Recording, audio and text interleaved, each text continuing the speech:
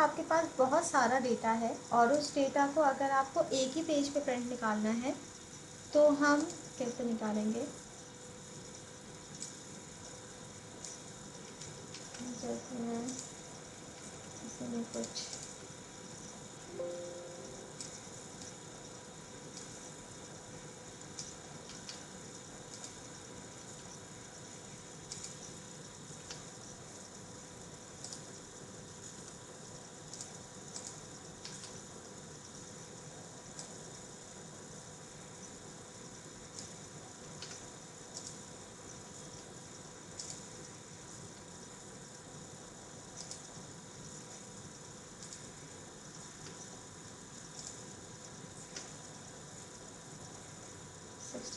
Hundred तक के में हम रोज़ ले लेते हैं कि 100 रोज़ पे हम डेटा एंटर करते हैं।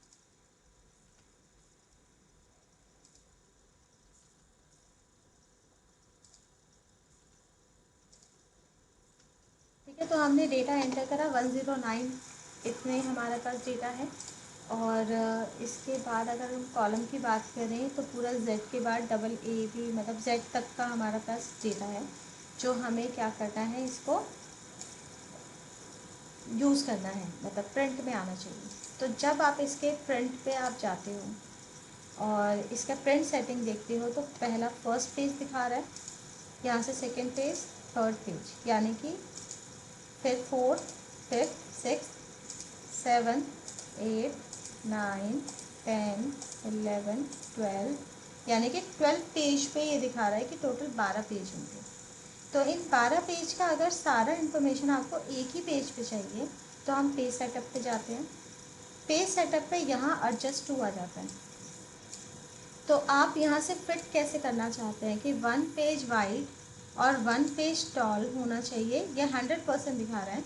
तो अगर हम कर देते हैं 3 पेज और 3 पेज, 3 पेज एक ही में आ जाए, तो भी इसने क्या करा, कितने पेज इसमें दिखा रहा है, ये कम हो गया।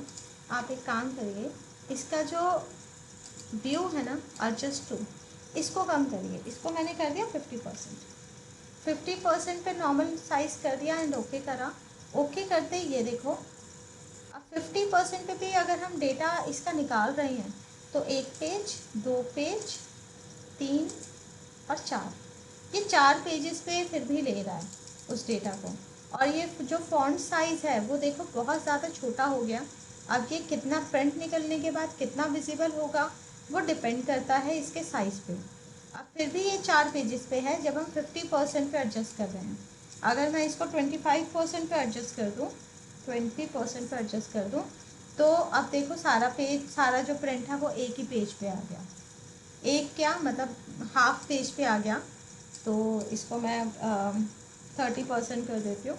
30% करते हैं तो देखो थोड़ा और बड़ा हो गया। अब इसमें क्या हो रहा है, इसमें जो डेटा है वो वाइड ज़्यादा है, यानी कि लेंथ में कम है। तो इसलिए अगर हम इसको लेंथ वाइज पूरा पेज लेंगे तो ये वाइड में एक और पेज पे लेगा ही लेगा। ठीक है, तो इस तरह से आप थोड़ा सा डेटा यस को मैम। एडजस्ट कर सकते हो। या फिर इसमें एक चीज़ और हम कर सकते हैं, जो मार्जिन है, इसका मार्जिन मार्जिन आप बिल्कुल कम कर दो। ठीक है, जैसे 0 है ना, मैं 0.2 दे देती हूँ, 0.2, चारों तरफ से आप 0.2 कर दो।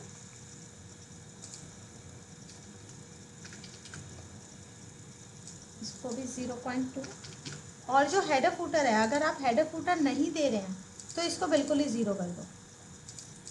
ठीक है, इससे भी पेज बचेगा, इससे पेज बचेगा। ओके करेंगे तो देखो पेज के बिल्कुल कॉर्नर से शुरू हो गया।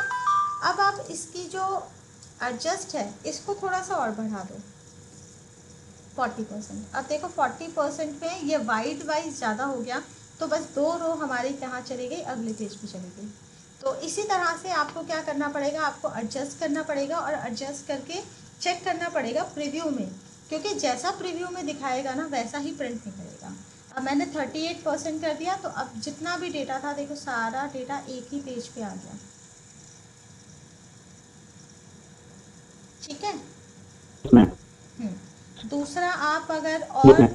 और इसमें अगर एडजस्टमेंट करना चाहते हैं तो जैसे बीच बीच में ये वाइट स्पेसेस है तो आप बैक करिए, ये जितने भी ये स्पेस एक्स्ट्रा है, जो ये एक्स्ट्रा स्पेस गया, इसको आप डिलीट कर दो। यानी कि डेटा को थोड़ा सा एक्सेल शीट में ही थोड़ा सा आप क्या कहें, मतलब नज़दीक नज़दीक करने की कोशिश करो, या इसका जो आपका कॉलम की विड्थ है उसको कम कर दो, जिसमें एक्स्ट्रा कॉलम जा रहा है, एक्स्ट्रा साइज जा रहा है।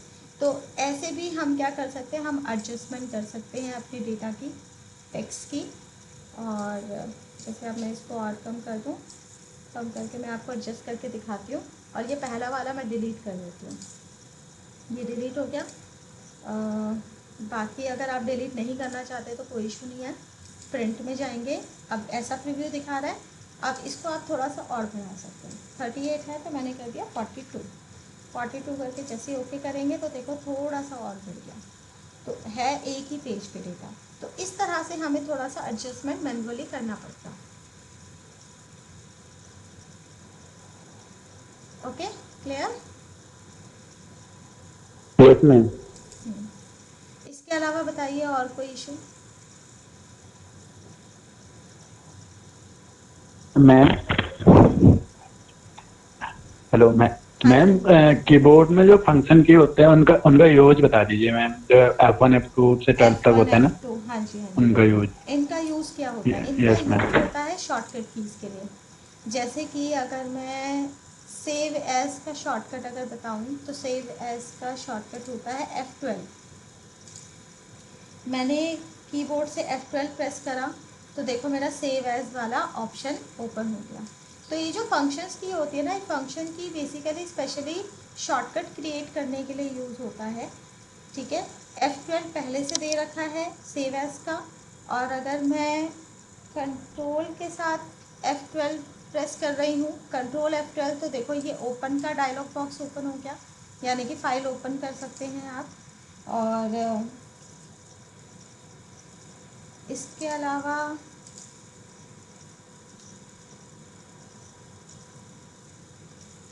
अलावा हमारे पास इन इन फंक्शन की का जो शॉर्टकट होता है, मतलब ये जो फंक्शन की होते हैं ज़्यादातर शॉर्टकट के लिए ही यूज़ होते हैं।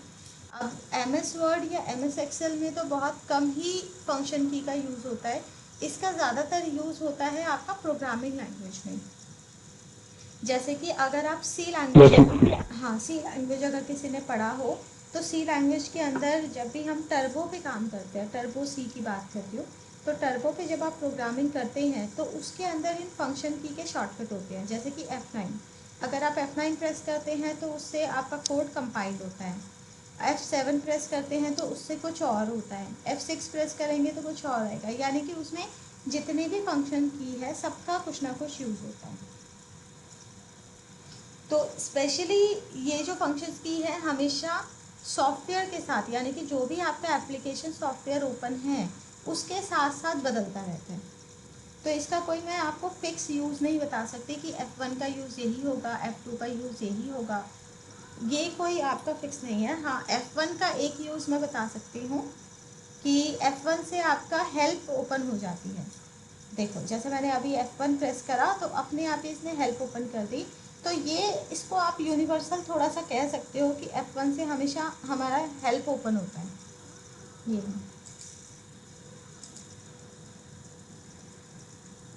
Yes ma'am. और और डाउट्स?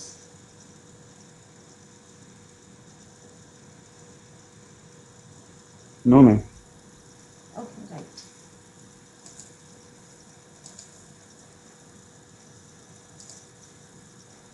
तो अब हमने क्या करा, अब हमने एक्सेल के डाउट्स देख लिए हैं, तो इसके बाद हम स्टार्ट करते हैं